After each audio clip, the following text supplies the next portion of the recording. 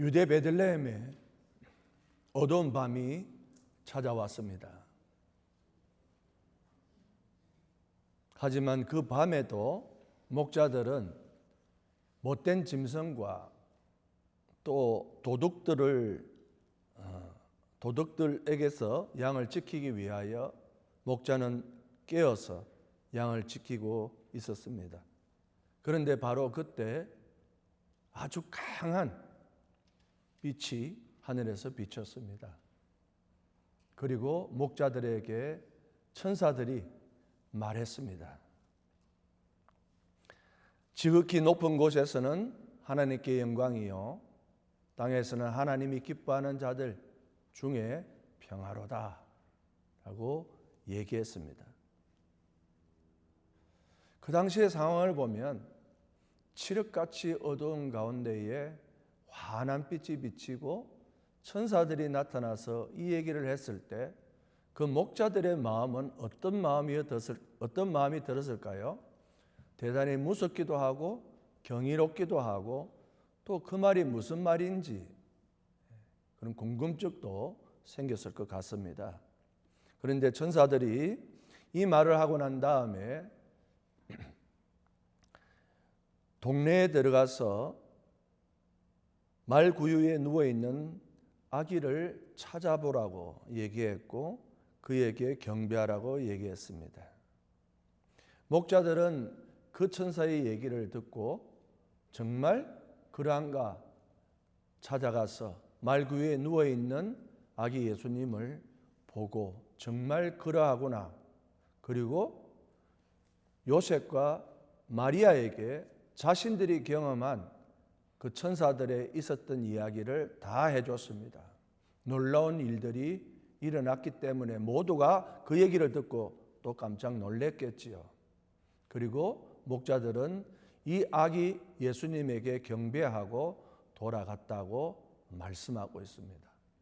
물론 우리가 잘 아는 것처럼 동방박사 세 사람도 이후에 와서 귀한 예물을 드리고 예수님을 경배하고 돌아갔겠죠.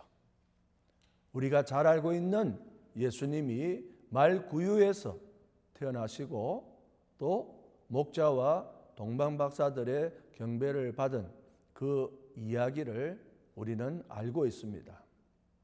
그런데 여러분, 이 얘기를 너무 잘 알고 있지만 이 얘기를 들을 때마다 여러분은 좀 이상하다는 생각은 갖지 않으셨나요? 이 땅에 구세주가 나셨는데 예수님을 경배하는 행렬이 너무 초라하지 않습니까? 메시아가 탄생했다고 천사가 말을 할 정도고 알려줄 정도면 엄청난 행렬이, 축하 행렬이 이어져야 맞잖아요. 그런데 고작 목자들이 왔습니다. 그리고 이스라엘 사람도 아닌 동방에서 박사들이 와서 예수님을 경배했습니다. 이 땅에 구세주가 나셨는데 예수님을 경배하고 축하하는 행렬치고는 너무 초라하다고 생각지 않습니까? 사실 예수님이 태어나신 날 밤은 실제로 어두운 밤이기도 했지만 세상적으로도 한없이 어두운 밤을 지나고 있을 때였습니다. 예수님이 태어나실 당시에 그 유대 땅 이스라엘은 나라가 없는 민족이었습니다. BC 586년에 이스라엘이라는 나라는 이 땅에서 완전히 사라져 버렸어요. BC 586년에 이스라엘은 사라지고 바벨론에 의해서 멸망되고 난 다음에 538년에 페르시아에 의해서 해방이 되었습니다. 페르시아 왕 고레스가 이제 너희들 나라로 돌아가라 라고 얘기했을 때 모두가 돌아간 것도 아니에요.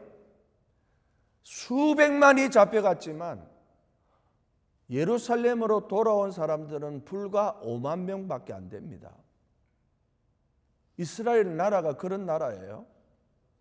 그래서 바벨론에서 페르시아의 식민지가 되고 거기서 5만 명이 돌아와서 예루살렘을 재건하려고 하는 그 순간, 이제는 그 유명한 알렉산더 대왕이 또 이 땅을 차지하게 되었습니다.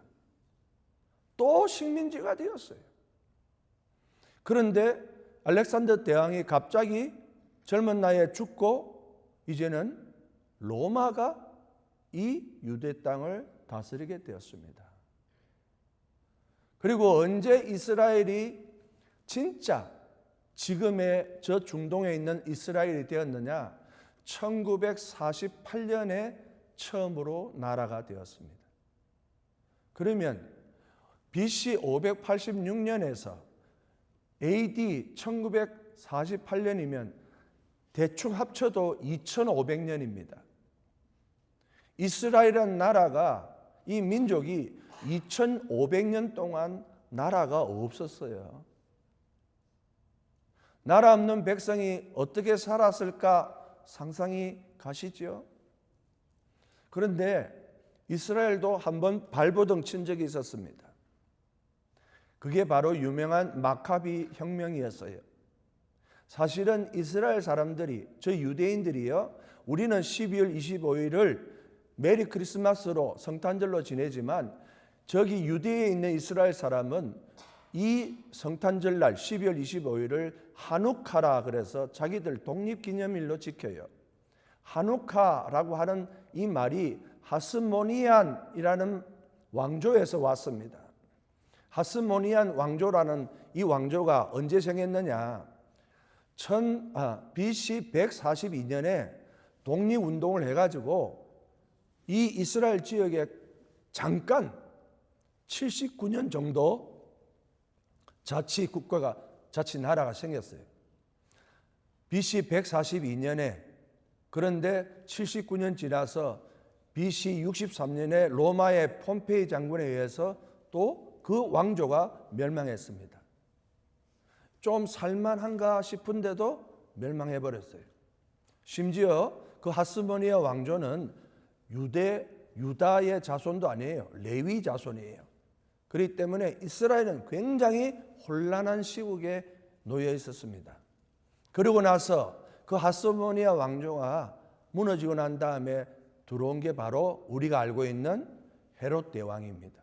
예수님 태어나셨을 때 2살 밑으로 아이 다 죽이라고 말했던 그 왕이 헤롯 대왕이에요. 그러면 로마의 식민지 하에 이스라엘 사람도 아닌 에돔 사람이 와서 나라를 다스리고 있습니다.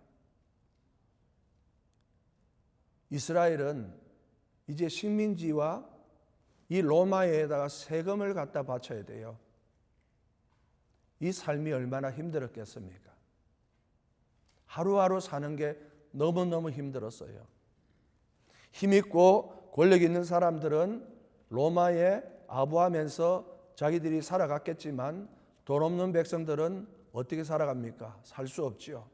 그래서 세리들이 백성들을 쥐어짜서 돈을 뜯어서 자신들이 살려고 로마의 그 귀족들과 관리들에게 돈을 갖다 바치고 국민들은, 백성들은 점점 살기가 어려워졌습니다. 그들에게는 하루하루 살아가는 것이 너무너무 힘이 들었어요. 특별히 어려운 사람들이 누구였겠습니까? 잘 사는 사람들은 괜찮겠죠? 힘없는 사람들이 누굽니까? 고아와 과부와 노인과 여자들은 아무런 힘이 없었어요. 그래서 당시는 너무너무 짙은 어두움의 세상이었던 그 시대가 바로 지금 예수님이 태어났던 그런 시대입니다. 그 밤에 예수님이 태어나셨지만 그 세상도 짙은 어두운 밤처럼 그렇게 우리 이 세상을 지배하고 있는 검은 그림자가 드리웠던 시대였다는 것입니다. 그들에게 희망과 소망이 있었을까요? 전혀 없었습니다. 그런 사람들은 사는 게 지옥 같았습니다. 그런 상황 속에서 갑자기 천사가 나타났습니다. 그것도 대단한 사람에게 나타난 게 아니고 목자에게 나타났어요. 목자는요, 당시 직업에 완전 3D 직업이에요. 사람들이 안 하려고 그래요.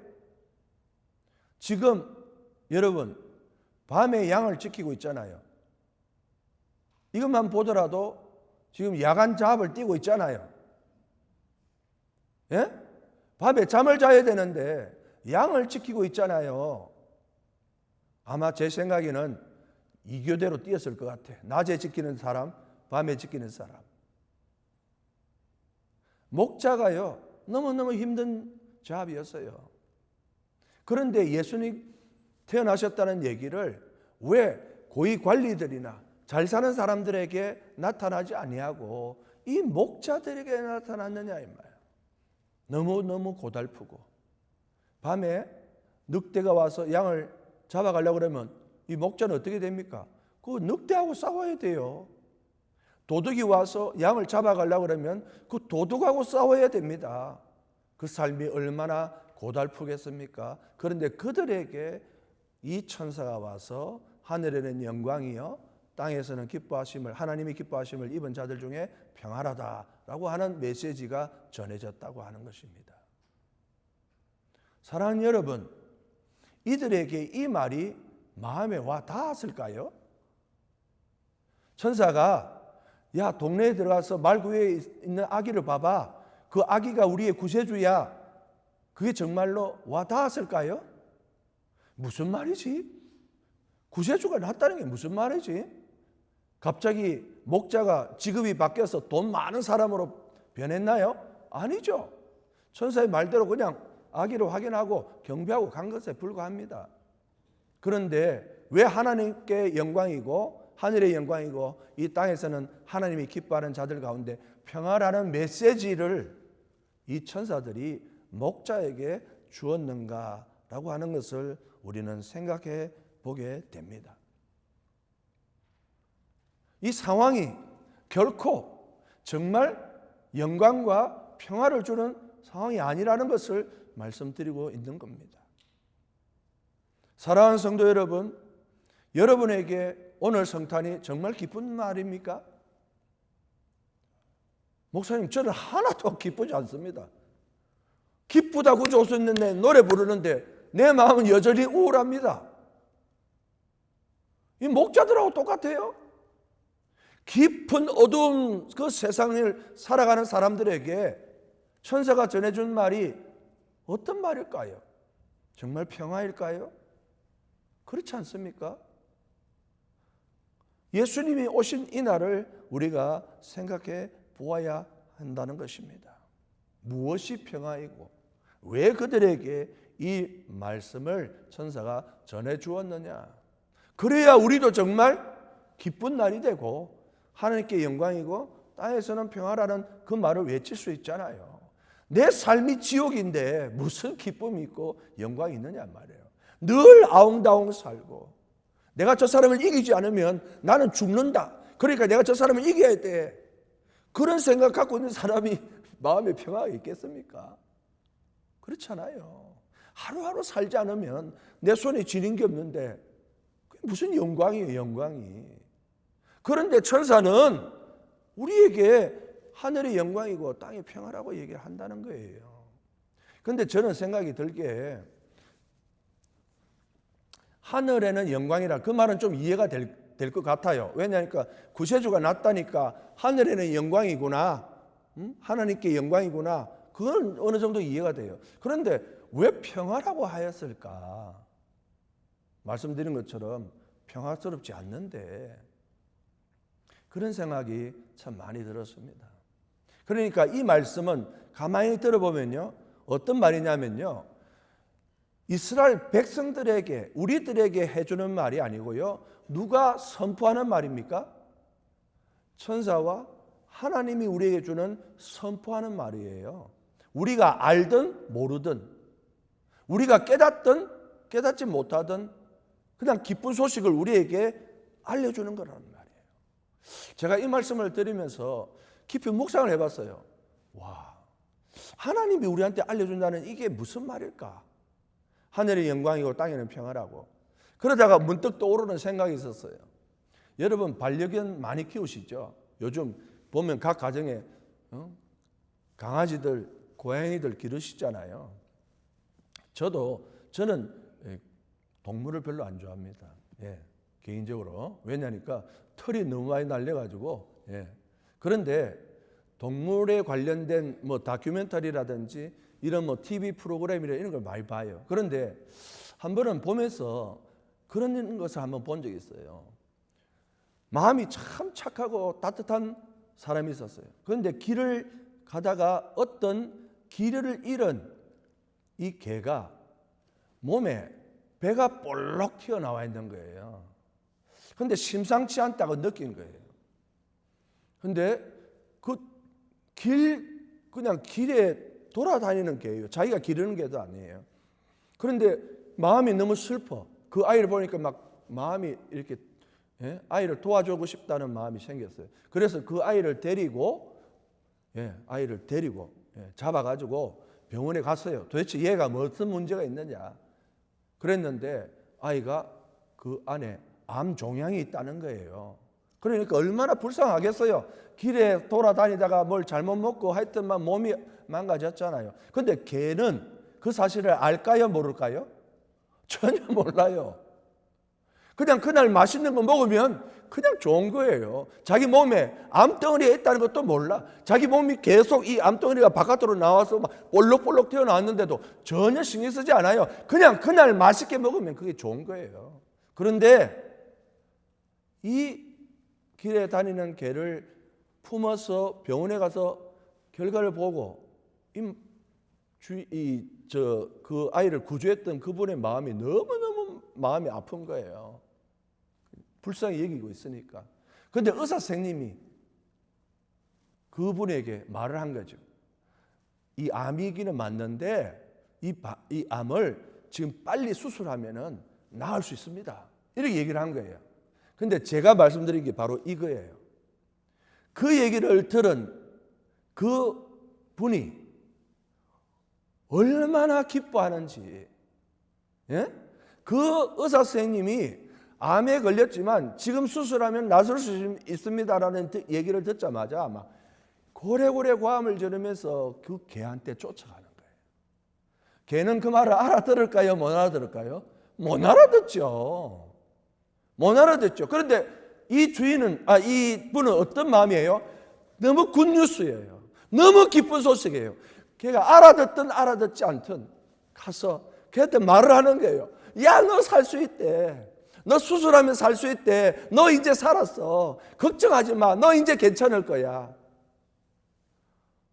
이 천사가 하는 말을 들을 때 제가 그게 생각이 나는 거예요. 우리는 못 알아듣는데 그게 무슨 말인지. 하늘의 영광이요 땅에는 평안데 우리가 그 말을 어떻게 알아듣겠어요? 우리는 지금 맨날 사는 게 너무 힘들어. 하루하루 사는 게 바닥바닥해. 저 사람을 죽여야만이 내가 살 수 있는 그런 치열한 세상을 살고 있는데 천사가 와서 하늘의 영광이고 너에게는 평화가 있을 거야. 이야, 그러면서 떠오르는 장면이 그 장면이었어요. 너무너무 기뻐서 찾아와서 너 살 수 있어. 이제 너는 걱정할 필요 없어 라고 하는 말이 바로 그 말이지 않을까라는 생각이 들었습니다. 사랑하는 성도 여러분, 이 말은요 우리가 억셉트 하든 안 하든 상관없어요. 무슨 말이라고요? 선포하는 말이에요. 우리에게 그냥 선포하는 말씀이에요.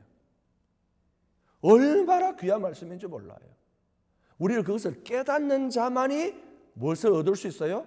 평화를 얻을 수 있고 그 영광을 보게 될 줄로 믿습니다. 그래서 그것이 기쁜 성탄이 되는 거예요. 그런데 여기서 그런 하나님의 선포고 우리에게 주는 선물이고 기쁜 소식이라면 그럼 왜 하필 하나님이 기뻐하는 자들 가운데 평화일까 하는 생각을 가지게 되는 거죠. 모든 사람에게 평화여야 되는데 왜 하나님이 기뻐하는 자들 가운데 평화인가? 라고 하는 생각이 듭니다. 여러분, 그런 면에서 우리가 하나님이 기뻐하는 자가 누구인가? 라는 생각을 한번 생각해 봐야 되겠죠. 여러분은 하나님이 기뻐하는 사람 맞습니까? 어떻게 알 수 있느냐 말. 분명 하나님은 선포하셨고 하나님이 기뻐하는 자들 가운데 평화라고 말했는데 그 기뻐하는 사람이 우리인지 아닌지를 알아야 우리가 정말 기쁘다 구주오셨네 찬송하고 노래하고 경배할 수 있지 않겠습니까? 그러면 하나님이 기뻐하는 사람, 그 사람이 누군가? 오늘 말씀을 통해서 보면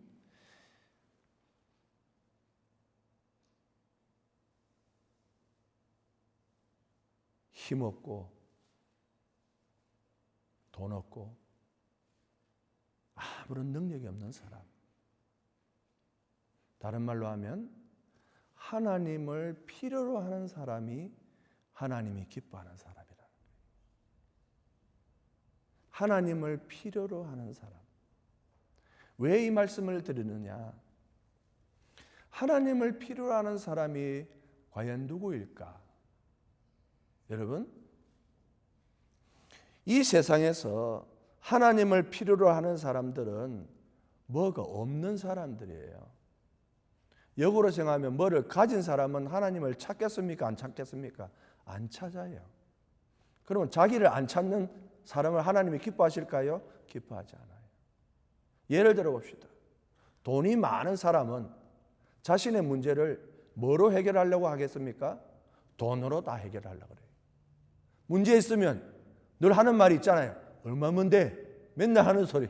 얼마면 돼? 예? 얼마면 이걸 해결할 수 있느냐? 그렇게 하죠. 자기의 문제를 돈으로 다 생각해요. 하나님 찾습니까? 아니죠. 뭐부터 찾습니까? 돈부터 찾는 거죠.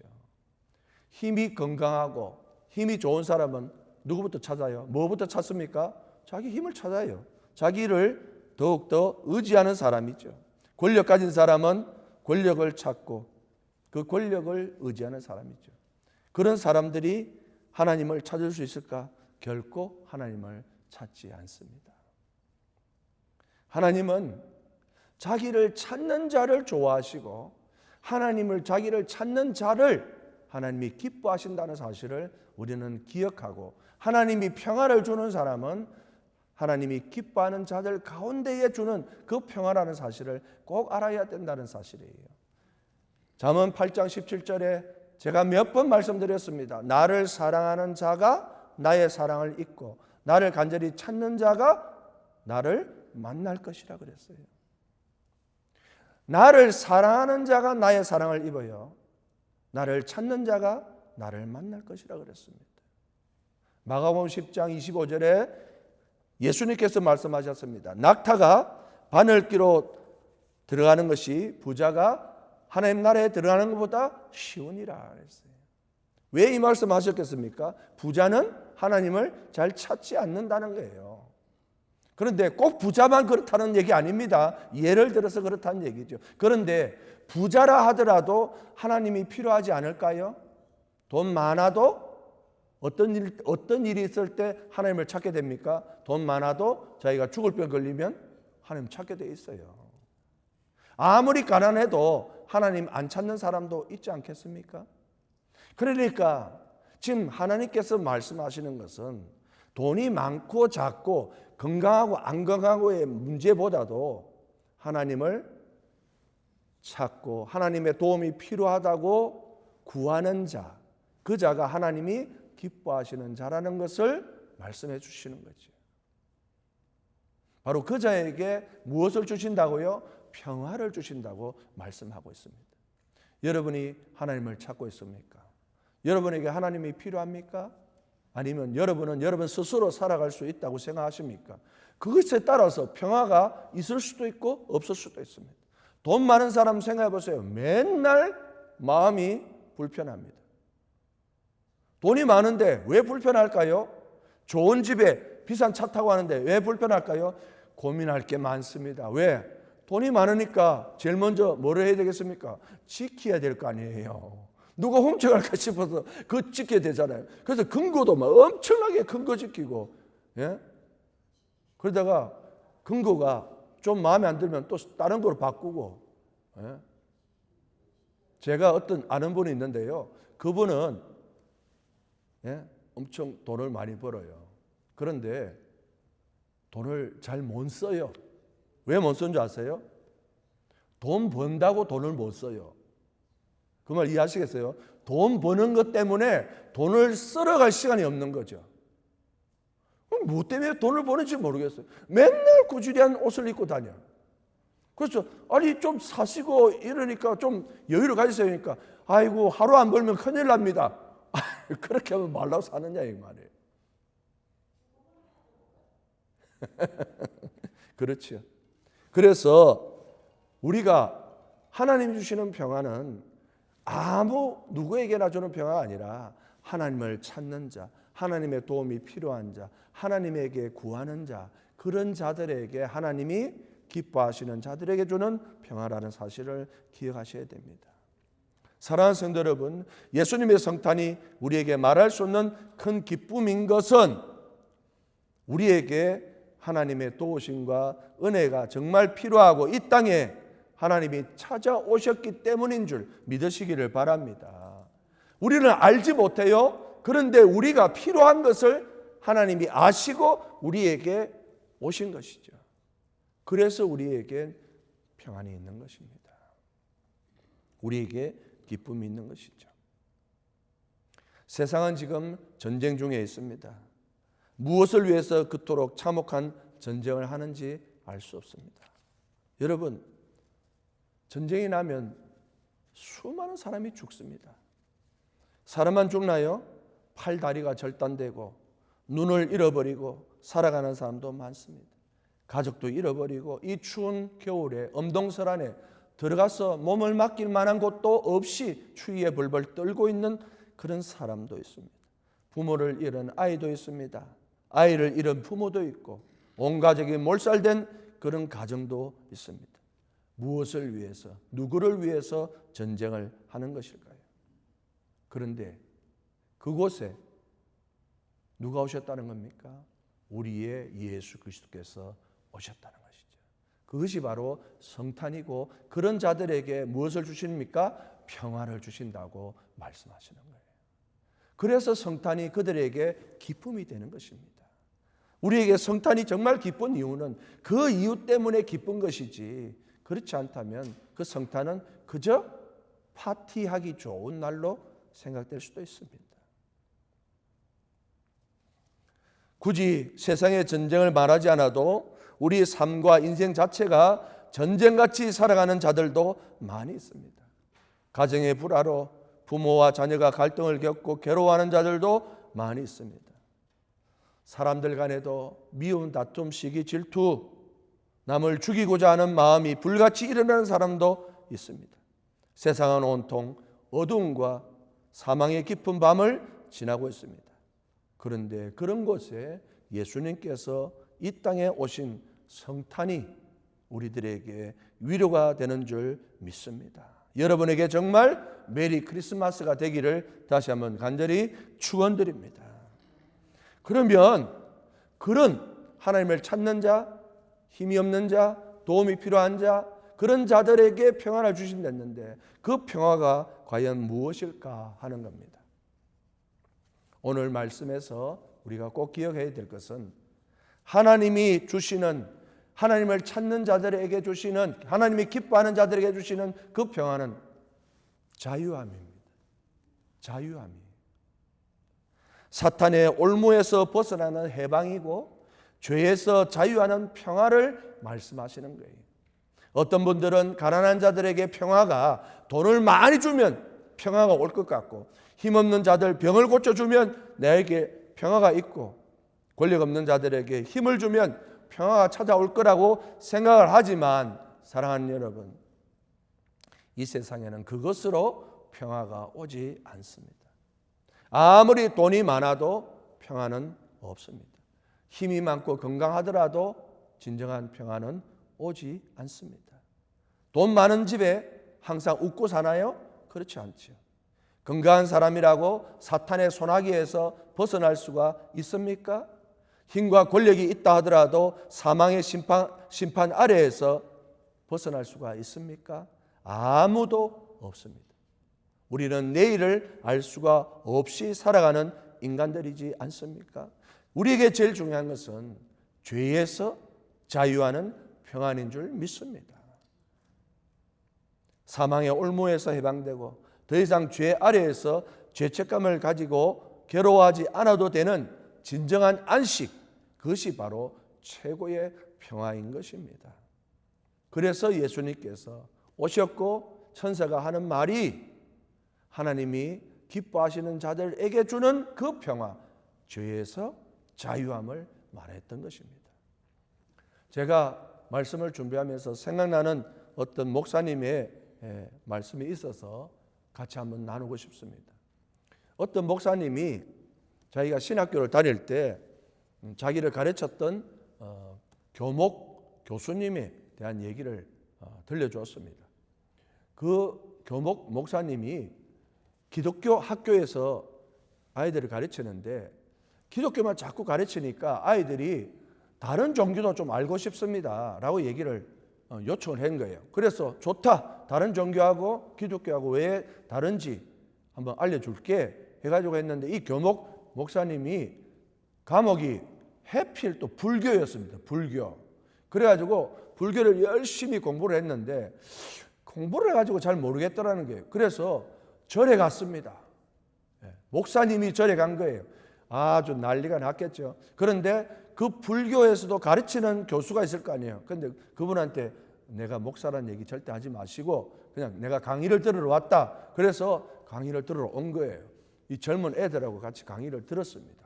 그런데 강의가 다 마칠 쯤 돼서 간담회 같은 것을 하게 되었죠.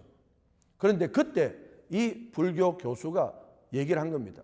이 자리에 아주 훌륭한 신학교 교수 목사님이 여기 계시다라고 이제 밝힌 거죠. 그러니까 젊은 애들이 막 웅성웅성거리고 막 얘기를 하기 시작했습니다. 그랬는데 어떤 한 청년이 그 목사님한테 질문했습니다. 목사님, 이렇게 우리 불교에 대해서 불경에 대해서 많이 배웠으면 이제 불교로 넘어오시죠? 라고 얘기를 한 거예요. 그런데 그 목사님이 기가 막힌 얘기를 한 거예요. 어떤 얘기를 했느냐? 저는 불교에 대해서 정말 놀라운 것을 발견했습니다. 저는 여러분이 너무 존경스럽습니다. 그러니까 막 이 불교 청년들이 막 프라우드 해가지고 막 그렇죠, 그렇죠 그렇게 막 얘기를 했어요. 그런데 그럼에도 불구하고 내가 불교로 개종할 수가 없을 것 같습니다. 왜요? 라고 얘기를 하니까 이 교수 목사님이 이렇게 얘기를 했다는 거예요. 불교를 이렇게 배워보니까 참 대단한 것 같습니다. 왜냐? 열심히 신앙생활하고 종교생활하면은 다 부처가 될 수 있다 그러니까 대단한 거 아닙니까? 그리고 열심히만 하면은 구원을 받을 수 있다니까 정말 여러분들은 대단한 것 같습니다. 그런데 나는 구원을 못 받을 것 같습니다. 아니 왜요? 그러니까 나는 돌아서면 죄 짓는 놈입니다. 나는 돌아서면 죄 짓기 때문에 나는 예수님 없으면 절대 천국을 못 갈 것 같습니다. 그래서 나는 예수님을 배반할 수 없을 것 같습니다. 이야, 그 얘기를 듣던 신학생들이 눈물을 펑펑 흘릴 정도로 하나님의 은혜가 바로 여기에 있구나라고 느낀 얘기를 했다는 겁니다. 우리가 왜 이 땅에 하나님이 주시는 하나님이 기뻐하는 자들에게 왜 평안이, 이 평안이란 말이 안식이고 평강이고 평안이고 평화인데 왜 그렇느냐는 말입니다. 우리의 모든 죄에서 다 노임을 받고 우리를 자유케 하고 우리를 해방하고 우리를 사탄의 손아귀에서 건져주신 그 평화가 없다면 우리에게 기쁜 소식은 결코 되지 못할 것입니다. 사랑하는 성도 여러분, 오늘 왜 우리에게 기쁜 소식이냐 묻거든 우리가 무엇이라고 얘기해야 되겠습니까? 나는 죄에서 해방당했다. 나는 모든 사탄의 손아귀에서 벗어났으니 내가 그 구세주로 인하여 기뻐하노라 고백할 수 있기를 간절히 축원드립니다. 사랑하는 성도 여러분, 오늘 이 날은 세상 사람들을 위한 날이 아닙니다. 바로 우리의 날이고 우리의 영광과 우리의 진정한 평화의 날인 줄 믿습니다. 이제 이 평화와 안식과 자유와 해방을 맞이한 우리가 이 기쁨 소식을 그래서 전 세계에 알리고 전할 수 있는 저와 여러분이 될 수 있기를 주의 이름으로 간절히 축원드립니다. 아멘.